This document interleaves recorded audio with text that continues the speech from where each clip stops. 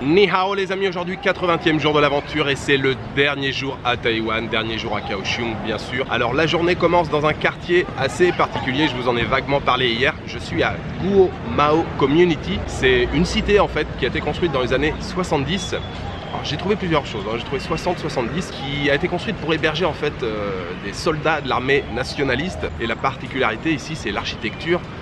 Il y a plusieurs immeubles en fait, il y a 13 immeubles au total, il y a 2000 appartements et les immeubles sont légèrement incurvés, dont deux qui sont vraiment très incurvés, qui sont carrément en demi-arc de cercle, avec un parc là au milieu. D'ailleurs je me trouve dans ce parc maintenant, donc la cité vit en complète autonomie, il y a tous les commerces au rez-de-chaussée, on trouve les épiceries, les pharmacies, les barbiers, et évidemment pas mal de petites cantines. Donc je vais passer je pense un bon moment ici là aujourd'hui à explorer un petit peu. Je vais essayer de faire des images pour restituer un peu les perspectives là, des immeubles. C'est vraiment très intéressant d'un point de vue architecture. Ça fait une bonne demi-heure déjà que je suis arrivé, là je suis dans le parc en train de siroter tranquillement un petit café. Il y a bien sûr les habitants du quartier qui sont là et puis il y a quelques jeunes là, de Kaohsiung aussi qui sont là en train de faire des photos pour Instagram je pense.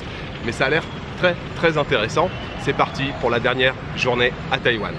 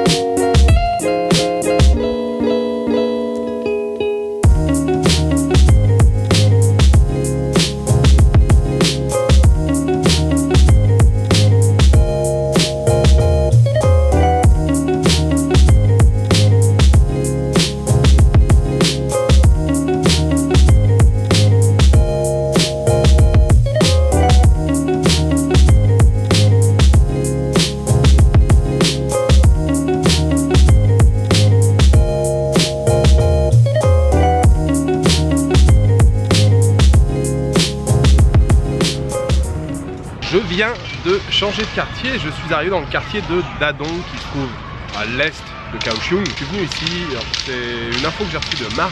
Marc, vous savez que j'ai rencontré à Chiayi. Merci Marc encore une fois. Donc ici il y a un Art Center, genre d'exposition, de choses comme ça. Alors c'est juste la sortie du métro, je suis passé et puis en fait j'avais plus vraiment envie. Je suis passé, bon il y avait l'air d'avoir des choses mais bon c'est à l'intérieur en fait. J'avais pas trop envie d'être renfermé. Juste en face, il y a un grand parc et ça par contre ça me faisait bien plus envie. Donc je suis juste à l'entrée du parc, je vais me balader un petit peu là. La visite là ce matin du quartier là de Guo Mao, la community, c'était vraiment sympa, hein. J'ai beaucoup aimé. Bon après faut aimer l'architecture, tout ça, bon, il y a le côté historique derrière.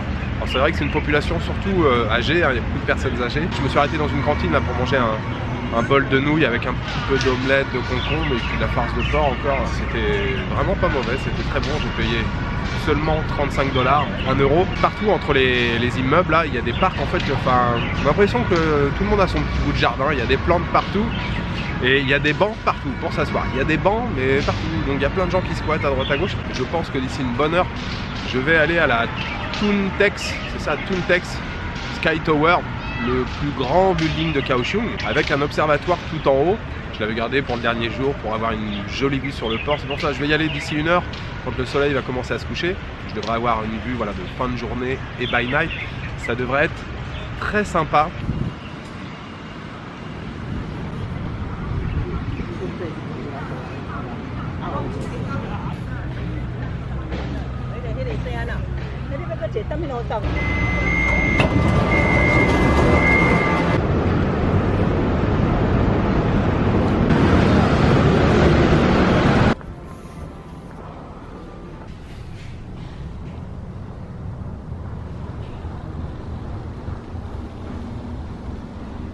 Je viens d'arriver les amis à la Toontex Tower, j'ai les oreilles bouchées, l'ascenseur il va trop vite. Bonjour. Bonjour. Bon, il n'y a personne en fait. Bien. Donc Toontex Tower les amis, c'est une grande tour, la plus grande de Kaohsiung. L'antenne, la hauteur de l'antenne, c'est 378 mètres. Donc dans cette tour, il y a un hôtel, des bureaux et un restaurant. Donc on va aller découvrir ensemble la vue sur Kaohsiung.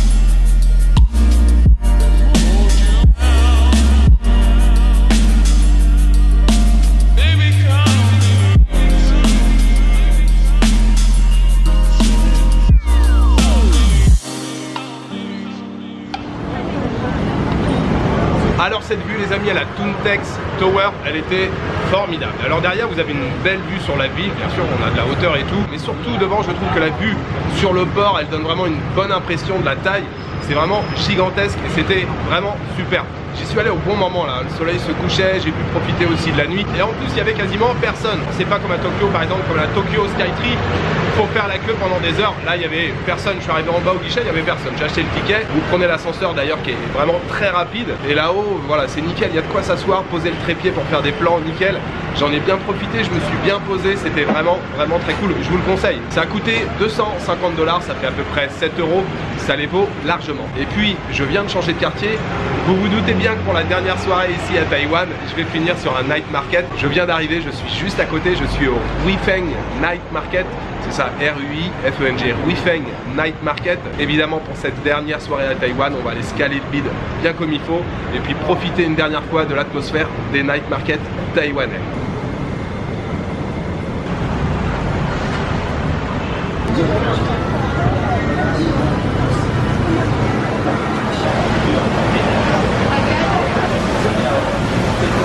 Bon en fait j'ai oublié de vous présenter, mais vous connaissez tous maintenant les xiaolongbao, les momos, les raviolis.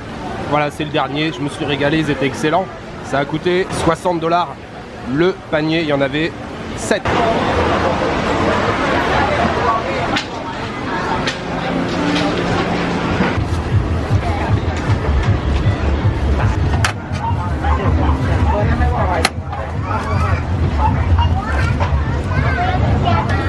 Et on poursuit avec un délicieux sandwich viande de poulet, oignons, mayonnaise, salade. Ça a l'air terrible.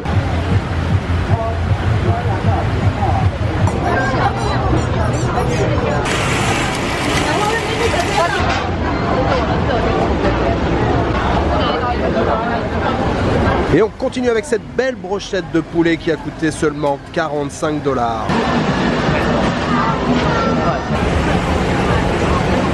Et on continue les festivités les amis avec du stinky tofu. Alors autant vous le dire, ça daube sévère. C'est du tofu fermenté, mais c'est très très bon. C'est comme notre fromage, ça pue, mais c'est bon.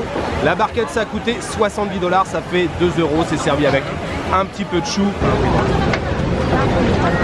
Bon, j'étais prêt à m'arrêter, finalement je me suis laissé tenter par des frites taïwanaises bien sûr, avec un peu de mayonnaise. Ça a coûté 50 € le pot de frites. Et je termine avec un délicieux thé au lait qui a coûté seulement 40 $.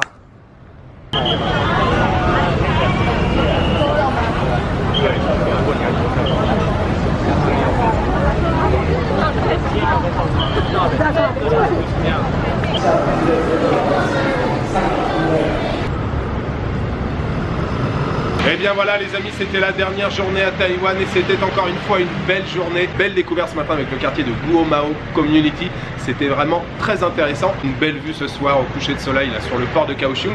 Et puis j'ai terminé en beauté au night market de Yufeng.